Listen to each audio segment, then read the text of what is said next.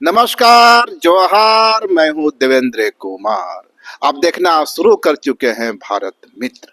दोस्तों, झारखंड की सियासत में पेशा का मुद्दा बेहद गर्म है।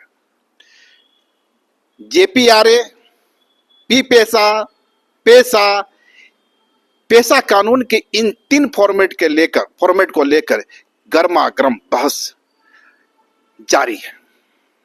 इस वक्त हमारे साथ हैं गलेडसन डुंगडुंग जी आदिवासी मुद्दों पर प्रखरता से अपनी बात रखते रहे हैं।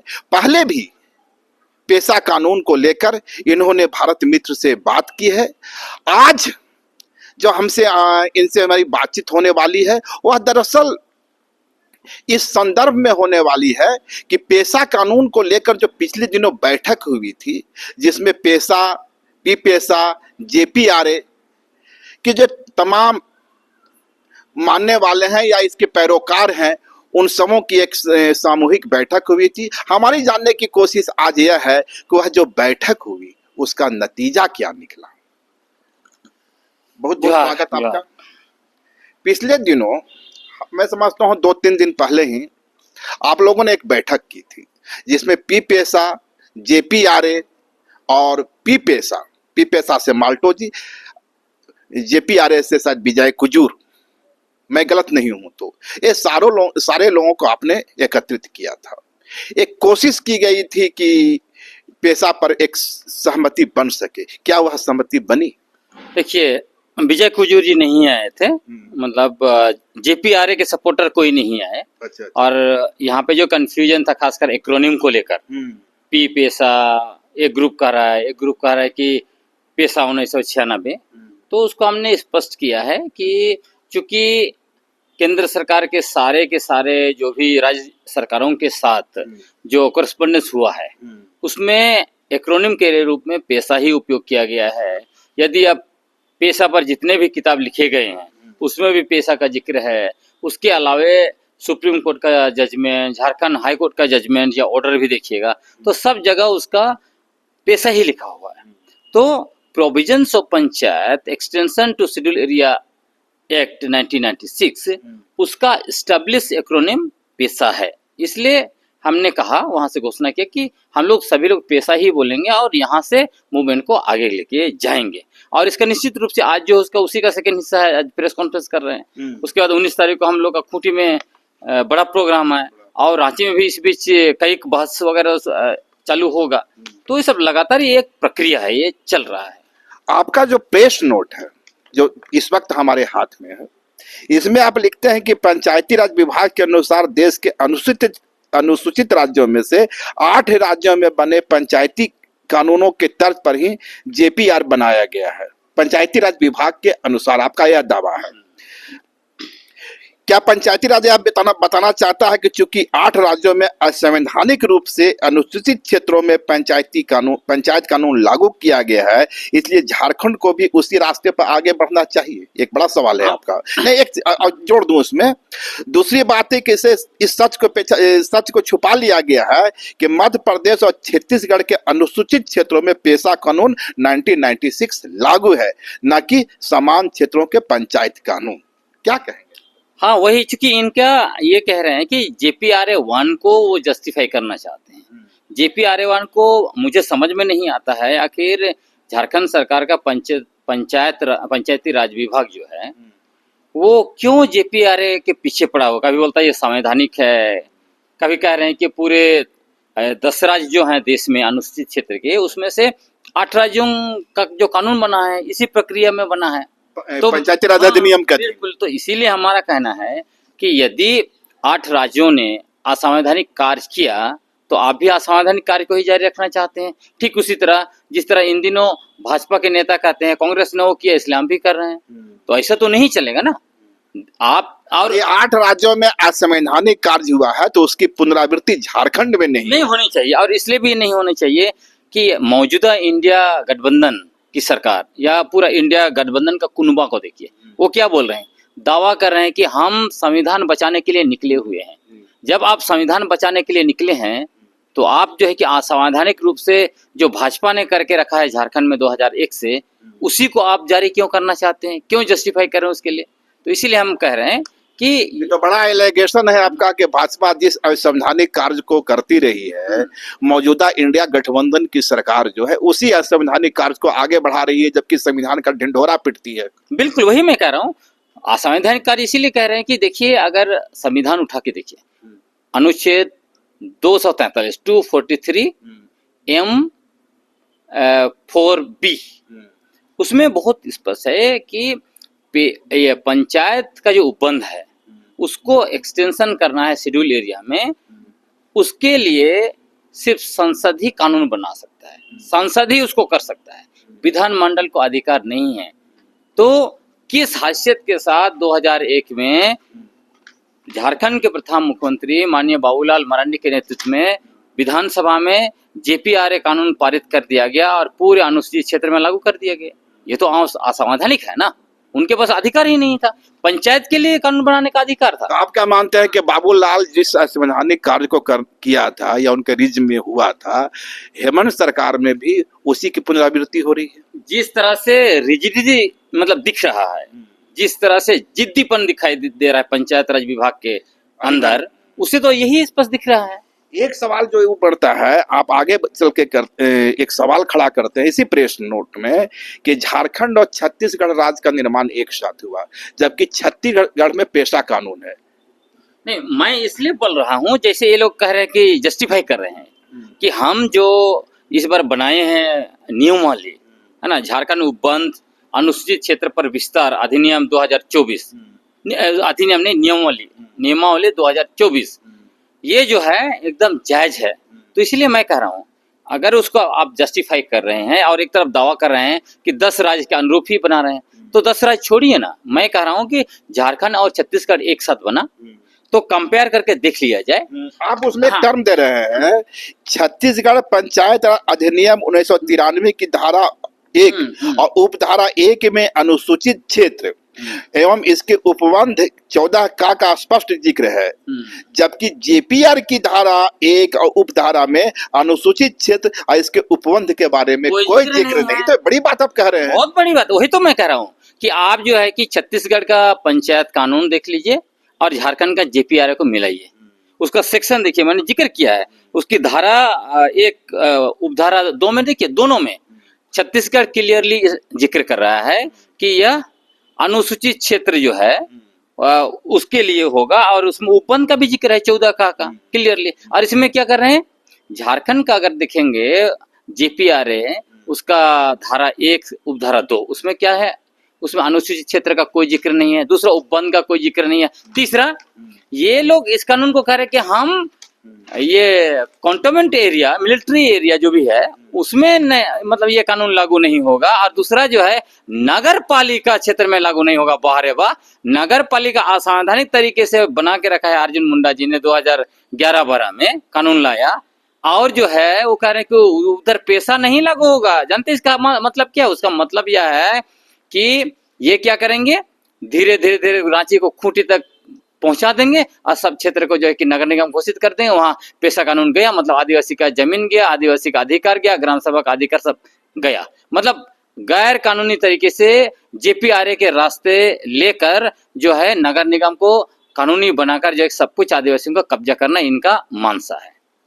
हमारे कुछ एक आदिवासी बुद्धिजीवियों से बात हो रही थी, वो लोग जो 6ठी अनुसूची का पैटर्न है, स्वायत्त क्षेत्र, ऑटोनोमस क्षेत्र, उसकी वकालत यहाँ कर रहे हैं। उनका कहना दावा था कि उसी स्वायत्त क्षेत्र में नगर निगम भी हो गए।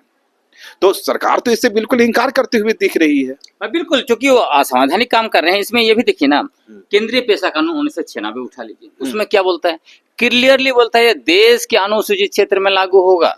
उसमें कहीं भी जिक्र नहीं है कि म्युनिसिपैलिटी क्षेत्र में लागू नहीं होगा, कंटोनमेंट क्षेत्र में नहीं लागू होगा। तो कौन सा धारा कहां से उठाकर इन्होंने JPRA 01 में लागू कर दिया और कहते हैं कि जो है कि हम 1996 पेशा कानून को लागू करना चाहते हैं? तो ये तो धोखाबाजी है ना, आंख के सामने धोखा हो रहा हम लोग का। इस प्रेस नोट में ऐसे और भी कुछ चीजें हैं लगता है। बिल्कुल, इसमें आप, ये तो मैंने एक्ट का बात किया, आप नियमावली उठा के देखिए। अच्छा। नियमावली, क्योंकि बहुत सारे पत्रकार लोग मुझे उसी पर बहस कराना चाहते हैं, कहते हैं कि नियमावली में बताइए ना, उसमें सच अच्छा किया है और गलत किया है। मैं कह रहा हूँ ये नियमावली जो है भले वो पेशा के प्रोविजन के अनुरूप बन गया है, लेकिन नियमावली में अगर आप देखेंगे दोनों को फिर कंपेयर कीजिए, सब समझ में आएगा। छत्तीसगढ़ का नियमावली क्या कहता है? छत्तीसगढ़ पंचायत उपवन अनुसूचित क्षेत्र विस्तार नियम 2022, इसका प्रावधान 2 और उप प्रावधान 1 में देख लीजिए। इसमें क्या है? अधिनियम से अभिप्रेत है, मतलब अधिनियम से अभिप्रेत मतलब पंचायत उपवन अनुसूचित क्षेत्र में विस्तार अधिनियम 1996 संख्यक 40, मतलब ये क्लियरली बोल रहा है ये पेशा कानून को लागू करने और जेपीआरए का उसी सेक्शन को उठा के देख लीजिए। जेपीआरए सॉरी अभी जो नियमावली बनाया झारखंड सरकार, झारखंड उपवन पंचायत उपवन अनुसूचित क्षेत्र पर विस्तार नियमावली 2024 प्रावधान 2 उप प्रावधान 1, इसमें क्या लिखा है? अधिनियम से अभिप्रेत है झारखंड पंचायत राज अधिनियम 2001 यानी जेपीआरए, ये पेशा नहीं। इस नियमावली के द्वारा ये जेपीआरए को लागू करेंगे, असली कहानी यही है। इसीलिए जेपीआरए संवैधानिक है, संवैधानिक मतलब हम लोगों को ये लोग धोखा देने का काम करे। तो हमें जो लगता है कि अब तक जो बात की जा रही थी अधिकारियों के द्वारा या उनके सोशल मीडिया हैंडल के द्वारा ये बताया जा रहा था, या उस ड्राफ्टिंग कमेटी के जो कुछ लोग संलग्न थे उनके द्वारा तर्क दिया जा रहा था कि देश के दूसरे राज्यों में भी पंचायत राज विभाग ही नोडल एजेंसी है और उसके द्वारा ही पेशा का लागू किया गया है। तो जिस तरह आप छत्तीसगढ़ का उदाहरण दे रहे हैं तो दावा फिर खारिज हो जाता है। उसी को तो मैं, जब आप दावा कर रहे हैं कि हम दूसरे राज्यों के अनुरूप बना रहे हैं, तो आपके साथ झारखंड के साथ छत्तीसगढ़ बना, छत्तीसगढ़ का पंचायत राज अधिनियम उठाइए, आपका जेपीआरए उठाइए, वहां का नियमावली उठाइए और आपका नियमावली उठाइए, पूरा दूध की दूध और पानी का पानी एकदम तो क्लियर है। क्या आपको लगता है जो अधिकारी, जो विद्वान, जो एक्सपर्ट इस प्रक्रिया में शामिल थे ड्राफ्टिंग कमेटी में, उन्होंने छत्तीसगढ़ के मॉडल का अध्ययन नहीं किया? छत्तीसगढ़ का मॉडल आपको बता रहे हैं बिल्कुल अध्ययन किया है। अच्छा। इसलिए मैं दावे के साथ कह रहा हूँ कि यहाँ का जो ये आपका ट्राइब एडवाइजरी काउंसिल का जो नियमावली बना है वो छत्तीसगढ़ का ही कॉपी है। अच्छा। उसी के आधार पर यहाँ पे मुख्यमंत्री को टीएससी का अध्यक्ष बना दिया गया है ना? तो सब कुछ वहीं से कॉपी कर रहे हैं। ये सरासर यहाँ के आदिवासियों को धोखा देने के लिए इसे ऐसे किया गया है। उनको दिखाया जा रहा है कि देखिए हमने इतना अच्छा नियमावली बना दिया है, और नियमावली किसके अंदर बनाए हैं? जेपीआरए के लिए बनाए हैं आप नियमावली। और जेपीआरए में क्या है? ये पेशा कानून 1996 के कुछ प्रावधान को उसमें डाल दिया गया है, उसी का नियमावली बनाए हैं। जब आप कोर्ट में जाएंगे तो कोर्ट में यही बोल देगा ये तो आपका जेपीआरए के नियमावली है। तो एक तरह से आंख के सामने हम लोगों का धूल झोंकने का काम कर रहे हैं ये लोग। और इसीलिए अभी देखिएगा सरनाईसाई, क्यों सरनाईसाई कर रहा है? क्योंकि हम लोग सच्चाई को सामने लेकर आ रहे हैं। और उससे भी बड़ी बात आपको बता रहे हैं, क्योंकि बाबूलाल मरांडी के नेतृत्व में भाजपा सरकार ने असंवैधानिक कार्य को शुरू किया और पिछले 24 साल से यहाँ पे असंवैधानिक कार्य हो रहा है, और उसी का खुलासा हम लोग कर रहे हैं। इसलिए आरएसएस का जो यूनिट है जनजातीय सुरक्षा मंच सरनाईसाई करके इसको डाइवर्ट करने के लिए कोशिश कर रहा है, लेकिन ये डाइवर्ट होने वाला नहीं है। यहाँ का एक एक जन और सरकार भी कुछ पारंपरिक अगुवाओं को ला के जाके उनको उल्टा समझा दे रहा है, क्योंकि इतना गहराई तक लोग नहीं जानते यार। हम भी आज तक इतना गहराई में नहीं गए थे। सही आपकी बात वाजिब है। जो अगुवा होंगे या जो सामान्य कार्यकर्ता होंगे, सामान्य लोग होंगे, वो कानून की स्थितियों को तो नहीं समझ पाएंगे, है ना? और उसी का फायदा जो है कि उनको गलत तरीके से भ्रमित करके सिर्फ वो दिखा दे रहे हैं कि ये देखिए हमने नियमावली कितना अच्छा बनाया, उसका प्रोविजन को दिखा रहे हैं। प्रोविजन को देखने से ऐसे ही लगता है कि वाह ये तो पेशा का प्रोविजन है, इससे बेहतर कुछ नहीं हो सकता। लेकिन जब ये जेपीआरए को लागू कर रहे हैं उसके द्वारा, तो उसमें क्या होगा? जेपीआरए में पेशा का कहीं जिक्र ही नहीं है। बिल्कुल, हम आपको तो सेक्शन बता दिया मैंने, न इंट्रो में कहीं अनुसूचित क्षेत्र का जिक्र है सेक्शन 1 सबसेक्शन 2 में, ना कहीं पे जो है कि उपबंध का जिक्र है, कहीं कुछ जिक्र नहीं है। बताइए, हेमंत सरकार जिन जनाकांक्षाओं पर सवार होके आई है और खासकर आदिवासी समाज ने जिस कहिए कि ऐतिहासिक रूप से अपनी निष्ठा प्रकट की है, अपना समर्थन दिया है, बावजूद इसके अधिकारियों के द्वारा इस तरह की जो कार्रवाई होती नजर आ रही है, मैं होती शब्द कर रहा हूं क्योंकि फिनिश हुआ नहीं है, तो इसका कारण क्या हो सकता है? देखिए मुझे लगता है कि यह अद्भुत हो रहा है। मतलब एक विभाग के अधिकारी सरकार के प्रवक्ता बने हैं ऐसा दिखाई पड़ता है।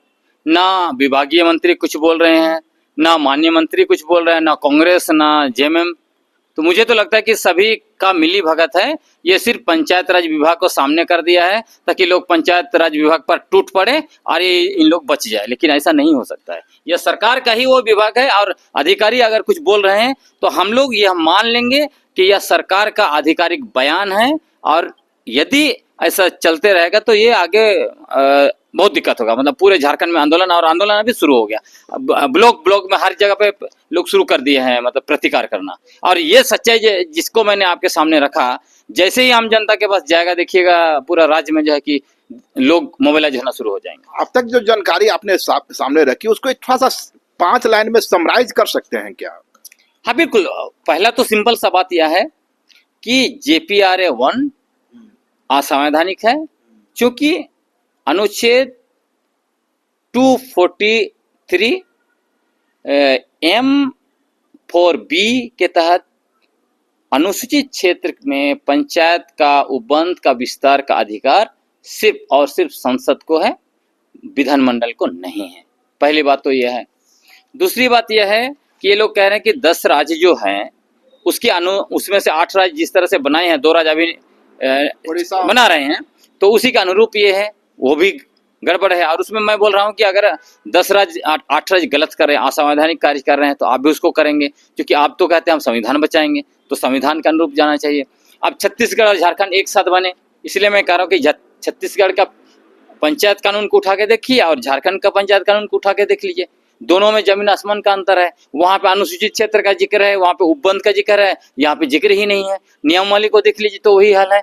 वहां पे जो है कि पेशा कानून का जिक्र है, मतलब अब नियमावली का अर्थ, और यहाँ पे नियमावली का अर्थ क्या है, ये JPRA। तो अंतर तो बहुत स्पष्ट है कि इससे नगर निगम या नगर पालिका, हाँ, नगर पालिका को वैध करने की कोशिश हो रही है। और जहां तक सुप्रीम कोर्ट का जजमेंट का, हाई कोर्ट का जजमेंट का लोग जिक्र करते हैं, वो स्पष्ट है। सुप्रीम कोर्ट में जो मामला गया था वो सिर्फ और सिर्फ पेशा का सेक्शन 4G को लेकर गया था। झारखंड हाई कोर्ट में पेशा का सेक्शन 4O को लेकर गया था। दोनों ने कहीं नहीं कहा है कि JPRA अनुसूचित क्षेत्र के लिए वैध है। अगर वो वैध है कह देता तो फिर ये जो अभी लेटेस्ट ऑर्डर जो आया झारखंड हाई कोर्ट, उसमें झारखंड हाई कोर्ट बिल्कुल ये नहीं कहता। झारखंड हाई कोर्ट ने स्पष्ट कह दिया है कि JPRA 1 जो है वो पेशा कानून के अनुरूप नहीं है, इसलिए झारखंड सरकार को पेशा कानून का नियमावली बनाकर उसको लागू करना होगा।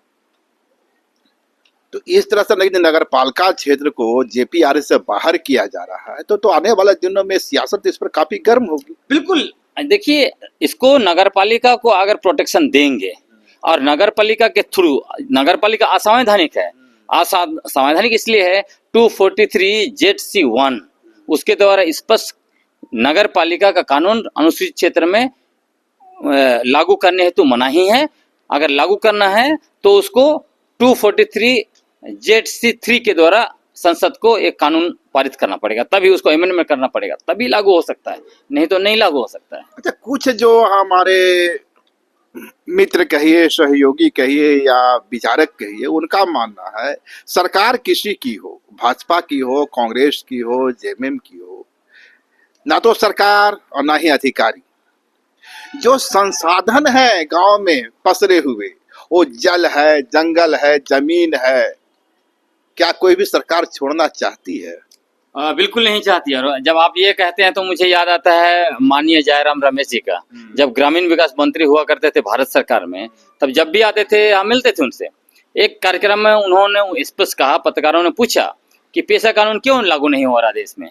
उन्होंने कहा कि पेशा कानून कोई लागू नहीं करना चाहता है, उसका कारण यह है अगर पेशा कानून लागू होगा तो कहाँ से खनिज संपदा मिलेगा। तो स्पष्ट है।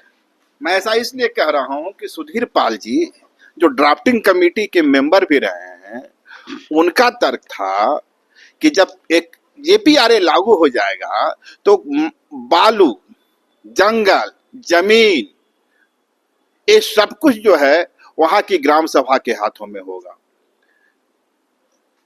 पर अब जो आपसे बात हो रही है उस हिसाब से तो यह होता नजर आ नहीं रहा तो है। आप बोलिए ना, माननीय सुधीर पाल जी से हमको दिखा दे जेपीआर में कौन सा सेक्शन है जहाँ पर जो है कि ग्राम सभा को अधिकार दे दिया गया है।